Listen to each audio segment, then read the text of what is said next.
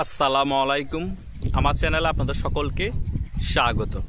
দেশের এই যে পরিস্থিতি চলতেছে, এই পরিস্থিতি নিয়ে সেনাপ্রধানের কোনো বক্তব্য নেই এবং সেনাপ্রধানের কোনো অ্যাক্টিভিটি নেই। এটা নিয়ে অনেকে আমাকে বলতেছে বা এটা নিয়ে একটি ভিডিও করেন। আমি আজকে কিছু এই বিষয় নিয়ে আলোচনা করব। দেশের মধ্যে সার্বভৌমত্বের হুমকি এবং ডক্টর ইউনূস যুদ্ধের জন্য সকলকে প্রস্তুত হতে বলেছেন এবং ডক্টর ইউনূস এটা ক্লিয়ারলি বলার নাই যে আমি সেনাবাহিনীকে যুদ্ধের জন্য প্রস্তুত হতে বলেছি।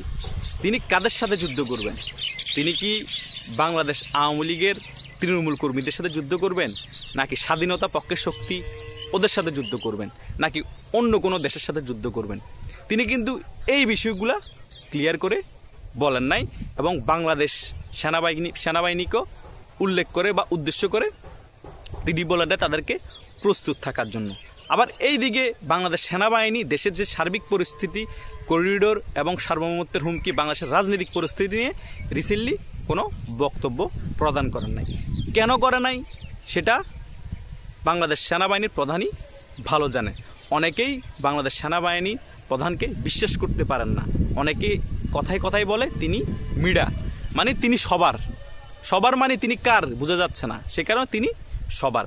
এই দিকে সেনাপ্রধান কাতারে গিয়েছেন।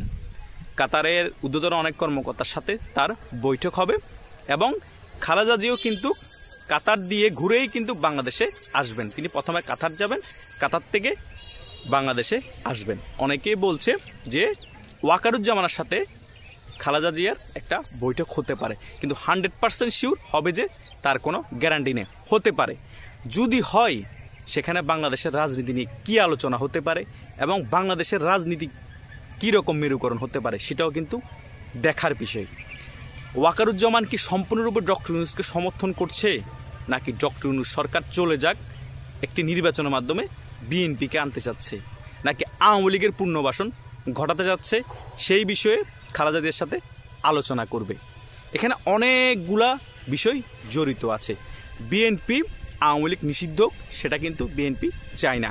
কারণ বিএনপি যদি চায় আওয়ামী লীগ নিষিদ্ধ, যদি আওয়ামী লীগ নিষিদ্ধ হয়ে যায় তাহলে বিএনপিকেও সেমভাবে কোণঠাসা করে বিভিন্ন ধরনের ইস্যু দেখিয়ে বিএনপিকেও নিষিদ্ধ করে দিতে পারে। তাহলে বাংলাদেশ থেকে বড় রাজনৈতিক দুইটা দল ভ্যানিশ হয়ে যাবে। একটা দল নিষিদ্ধ হবে না, আরেকটা দল ভ্যানিশ হয়ে যাওয়া। কারণ একটা বড় রাজনৈতিক দলের পরিপূরক আরেকটা বড় রাজনৈতিক দল। বিএনপি নিজের স্বার্থেই আওয়ামী লীগ নিষিদ্ধ চায় না, এটা হচ্ছে বাস্তবতা। এটা এছাড়া অন্য কিছু না। বিএনপি আওয়ামী লীগকে পছন্দ করে, আওয়ামী লীগকে এখন রাজনীতি করার সুযোগ দিবে, এটা যারা চিন্তা করে তারা বোকার স্বর্গে বসবাস করতেছে। এখনও বাংলাদেশে যদি সবচেয়ে আওয়ামী লীগের বড় শত্রু কেউ থাকে বিএনপি। কারণ তৃণমূলে বাংলাদেশে কোনো বড় কোনো দল নাই যে অবস্থান আছে বা তৃণমূল কর্মী আছে, একমাত্র আওয়ামী লীগ ছাড়া আছে বিএনপি। তাই বিএনপি আওয়ামী লীগের সবচেয়ে বেশি ক্ষতি করবে এবং করেছে।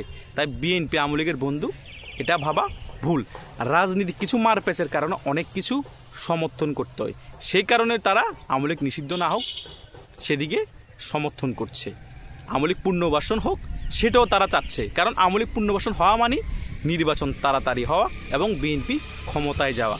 হয়তো ওয়াকারুজ্জামানের সাথে এই সকল বিষয় নিয়ে আলোচনা হতে পারে। কারণ বিএনপি যদি মৌন সমর্থন দিয়ে যায় বা ওয়াকারুজ্জামানও একমত হয়ে যায় আওয়ামী লীগের পুনর্বাসন ঘটানো বা আওয়ামী লীগের রাজনীতিতে ফিরে আনার জন্য যা কিছু করার বিএনপি এবং সেনাপ্রধান মিলে করে, তাহলে কিন্তু আওয়ামী লীগ আবার অ্যাক্টিভভাবে রাজনীতিতে আসতে পারবে। কিন্তু তাদের সমর্থন ছাড়া, তাদের সহযোগিতা ছাড়াও কিন্তু আওয়ামী লীগের ওই ক্যালিবার আছে এবং আওয়ামী লীগ অত বড় দল যে রাজপথে নেমে আবার রাজপথ দখল করার মতো ক্যাপাসিটি রাখে। এরকম অনেকবার করেছে। হয়তো এটা করতে সময় লাগবে, কিন্তু আর্মি এবং অন্যান্য বড় দলের সহযোগিতা থাকলে তাহলে খুব ইজিলি হবে। এখন বিএনপি যদি এই কাজটা করে ফেলে তাহলে নির্বাচনটা তাড়াতাড়ি হবে। সে কারণে বিএনপি হয়তো এটার দিকে মত দিতে পারে, ওয়াকারুজ্জামানের সাথে একমত হতেও পারে। আবার যদি বৈঠক না বসে তাহলে ওয়াকারুজ্জামান কাতারে কী জন্য গিয়েছে, ঊর্ধ্বতন কর্মকর্তা যারা আছে অনেক, তাদের সাথে কিসের বৈঠক হতে পারে? এটা দেশের সার্বভৌমত্ব এবং সার্বিক ব্যাপার নিয়ে গুরুত্বপূর্ণ হয়তো বৈঠক হতে পারে এবং ব্যবসায়িক কিছু বৈঠক হতেও পারে। কারণ বাংলাদেশের বন্দর এখন আমেরিকার নিয়ন্ত্রণে চলে গিয়েছে, বিভিন্ন জায়গা থেকে চাওর হয়েছে, অনেকেই এই ব্যাপারটা জানেন। আর্মি এখন সম্পূর্ণরূপে বাংলাদেশের ক্ষমতাতে নেই।